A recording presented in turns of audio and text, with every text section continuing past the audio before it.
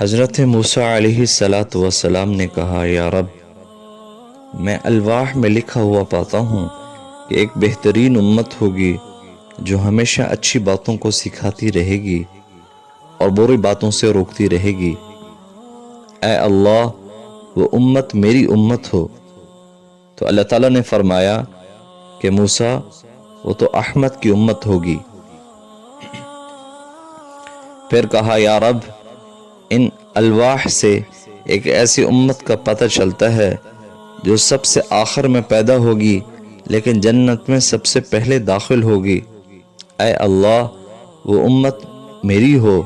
اللہ تعالیٰ نے فرمایا، وہ احمد کی امت ہے۔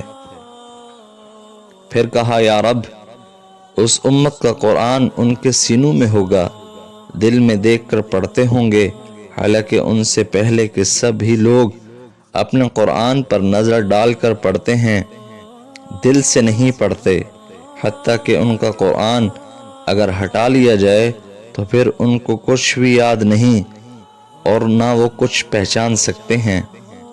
اللہ نے ان کو حفظ کی ایسی طاقت دی ہے کہ کسی امت کو نہیں دی گئی۔ یا رب، وہ امت میری امت ہو۔ کہا، اے موسیٰ، وہ تو احمد کی امت ہوگی۔ پھر کہا، یا رب، وہ امت تیری ہر کتاب پر ایمان لائے گی اور گمراہوں اور کافروں سے قتال کرے گی، حتیٰ کہ کان دجال سے بھی لڑیں گے۔ اے اللہ، وہ امت میری امت ہو۔ اللہ تعالیٰ نے فرمایا، وہ احمد کی امت ہوگی۔ پھر موسیٰ علیہ السلام نے کہا، یا رب، الواح میں ایک ایسی امت کا ذکر ہے کہ وہ اپنے نذرانے اور صدقات خود آپس کے لوگ ہی کھا لیں گے، حالانکہ اس امت سے پہلے تک کی امتوں کا یہ حال تھا کہ اگر کوئی صدقہ یا نذر پیش کرتے اور وہ قبول ہوتی تو اللہ تعالیٰ آگ کو بھیجتے اور آگ اسے کھا جاتی، اور اگر قبول نہ ہوتی اور رد ہو جاتی تو بھی اس کو نہ کھاتے بلکہ درندے اور پرندے آ کر کھا جاتے۔ اللہ ان کے صدقے ان کے امیروں سے لے کر ان کے غریبوں کو دے دے گا۔ یا رب، وہ میری امت ہو۔ تو فرمایا، یہ احمد کی امت ہے۔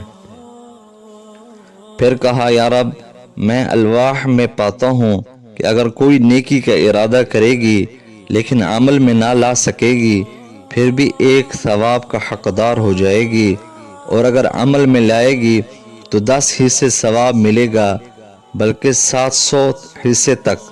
اے خدا، وہ میری امت ہو۔ فرمایا، وہ احمد کی امت ہے۔